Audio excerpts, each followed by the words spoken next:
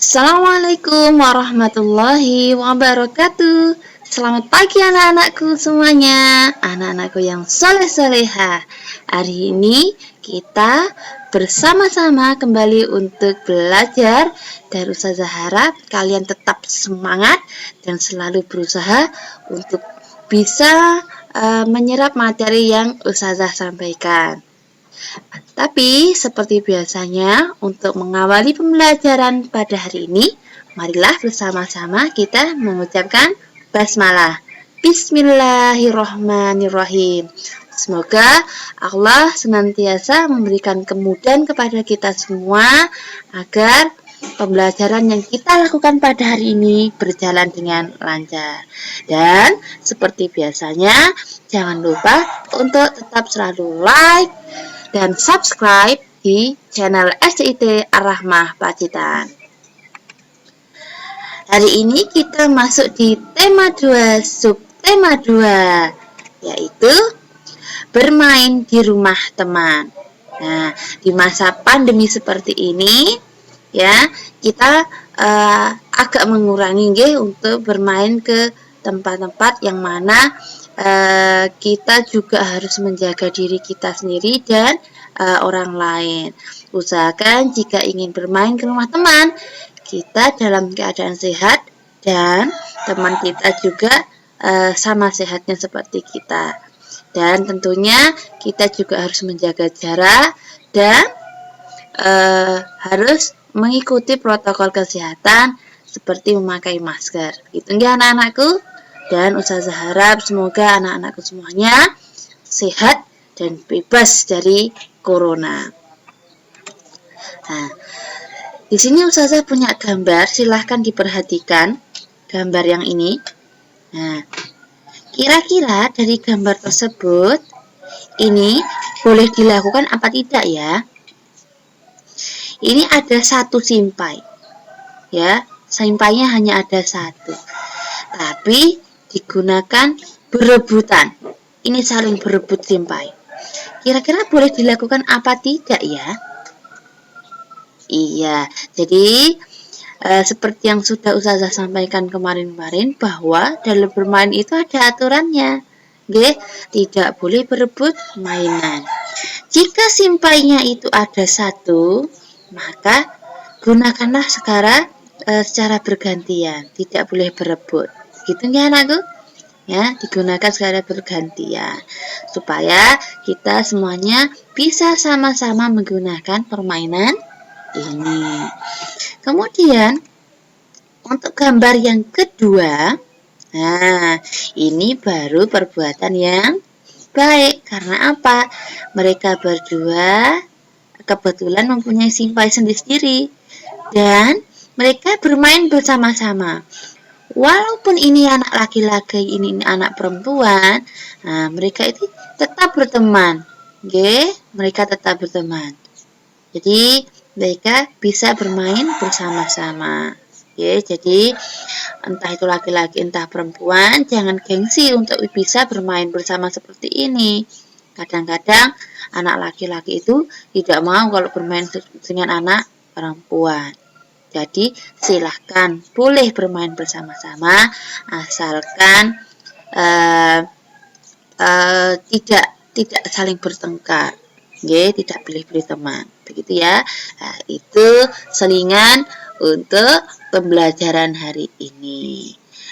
Nah, tapi hari ini itu sebenarnya kita masuk di wujud benda. Ayo, siapa yang masih ingat tentang wujud benda ya? Ada apa saja ya wujud benda? Siapa yang masih ingat?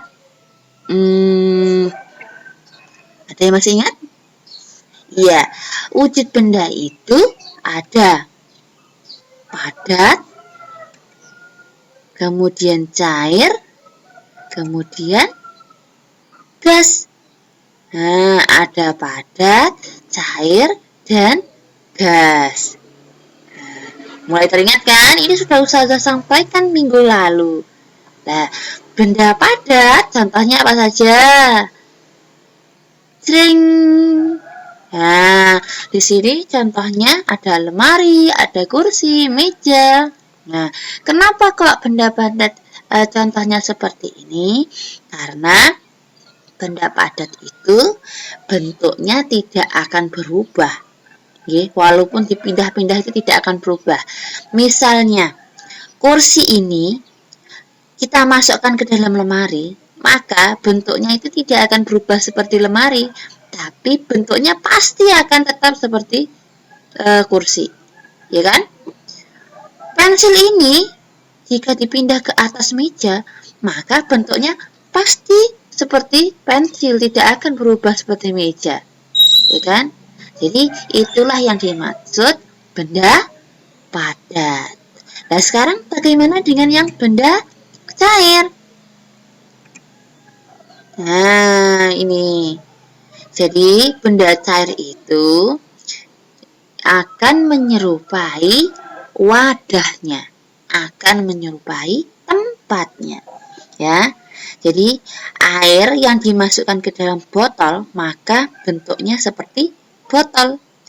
Air yang dimasukkan ke dalam gelas maka bentuknya seperti gelas. Itu nggih.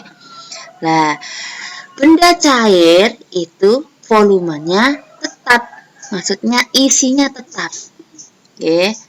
Jika misalnya air yang dari dalam gelas dimasukkan ke dalam botol, maka jumlah air yang segini itu akan tetap di dalam botol, tidak akan bertambah. Tidak akan bertambah. Sama takarannya seperti yang ada di dalam gelas. Gitu nggih. Tuh. Dan jumlah air berapapun, jika dimasukkan ke dalam botol, maka bentuknya akan menjadi seperti botol. Coba kalian lihat yang ini. Ini segini, ini segini, ini segini. Walaupun tidak penuh, tapi bentuknya seperti botol. Jadi itulah sifat dari benda cair. Nah, sekarang benda gas. Contohnya? Nah, contohnya ada udara yang ditiupkan ke balon, maka bentuknya seperti balon. Udara yang ditiupkan ke dalam balon udara, bentuknya juga seperti balon udara. Udara yang ditiupkan ke dalam ban, maka bentuknya seperti ban. Jadi benda gas itu menyerupai tempatnya, tapi bentuknya berbeda-beda. Bedanya gimana? Yaitu tadi, udara masuk dalam balon bentuknya seperti balon. Jika dipindahkan ke dalam ban, bentuknya juga seperti ban. Ya kan? Itu. Jadi itulah contoh dari wujud benda padat, cair, dan gas. Tinggi anak-anak? Bagaimana? Gampang kan? Nah, ini ada pesan dari si Babang Ganteng, ya. Benda padat cirinya bentuk, ukuran, dan volumenya tetap. Oke. Benda padat tadi nggih, bentuk, ukuran, dan volumenya tetap. Dan contohnya seperti yang Ustazah sampaikan tadi. Nggih. Benda-benda ini dipindah kemanapun tidak akan berubah, ya. Dan ini tergolong benda padat. Oke, itu untuk benda padat. Bisa dipahami nggak anak-anakku semuanya? Kemudian benda cair. Ada si cantik. Si cantik itu menjelaskan benda cair cirinya bentuknya menyerupai wadahnya dan jumlahnya tetap. Ya, jumlahnya tetap. Yang seperti Ustazah katakan tadi, entah itu airnya penuh atau tidak di dalam botol, tapi bentuknya tetap seperti botol. Nah, contohnya ini tadi. Air dimasukkan dalam gelas, bentuknya seperti gelas. Jika air dalam gelas ini dipindahkan ke dalam mangkok, maka bentuknya seperti mangkok. Jika airnya ini dipindahkan ke dalam botol, maka bentuknya seperti botol. Dan jumlah airnya tetap. Nggih. Kalau yang dimasukkan ke dalam mangkok itu segelas, ya berarti ini ukurannya juga segelas airnya. Dan selanjutnya, nggih. Ini yang gambar tadi. Bagaimana anak-anakku? Tentang benda cair bisa dipahami ya? Kemudian, si ibu cantik menjelaskan benda gas. Benda gas itu tidak bisa dilihat dan disentuh. Contohnya, kalian ada di dalam rumah. Di dalam rumah itu ada udara, ya kan? Karena kalian bisa bernafas. Bernafas itu menggunakan udara. Nah, jika udara itu ada di dalam ruangan, ada di dalam rumah, berarti bentuknya seperti rumah, ya kan? Dan kita tidak bisa melihat bentuk udara itu seperti apa. Dan kita juga tidak bisa menyentuh bentuknya udara seperti apa. Oke. Kemudian yang kedua, menempati ruangan. Yang seperti Ustazah sampaikan tadi, kalau masuk ke dalam balon bentuknya seperti balon. Kalau masuk dalam ban bentuknya seperti ban, ya kan? Menempati ruangan. Nah, kemudian volume dan bentuk berubah-ubah, ya kan? Berubah-ubah benda wujudnya. Oke. Dan contohnya ini tadi, ya. Jadi bentuknya seperti itu, udara masuk ke dalam ruang-ruang seperti ruangnya balon, ruang balon udara, ruangnya ban. Nah, jika balon atau ban itu ada yang bolong, maka udaranya di dalamnya akan keluar, ya kan? Berarti bentuknya, misalnya bannya itu bocor, maka bentuk bannya akan berubah kalau sudah bolong, akan kempes. Oke, jadi itu adalah penjelasan tentang benda gas. Nah, sekarang tugas kalian, silahkan kalian buka paket 5 halaman 96 sampai 97. Nanti di halaman 96 akan ada gambar-gambar seperti ini. Ada gambar meja, sapu, almari, keranjang buah, ini minyak ya, ini minyak. Ini kaleng, penggaris, teh, sepatu, roda, kursi, balon, air, simpai, dan tas. Oke. Jadi benda-benda ini nanti silahkan kalian tulis di dalam kolom ini. Ya. Misalnya kamu nanti tulis meja. Meja itu wujudnya padat, cair, atau gas. Kalian tulis di sini. Oke. Kemudian di sini kalian tulis minyak misalnya. Nah, minyak itu wujudnya padat, cair, atau gas. Bisa nggak anak-anakku semuanya?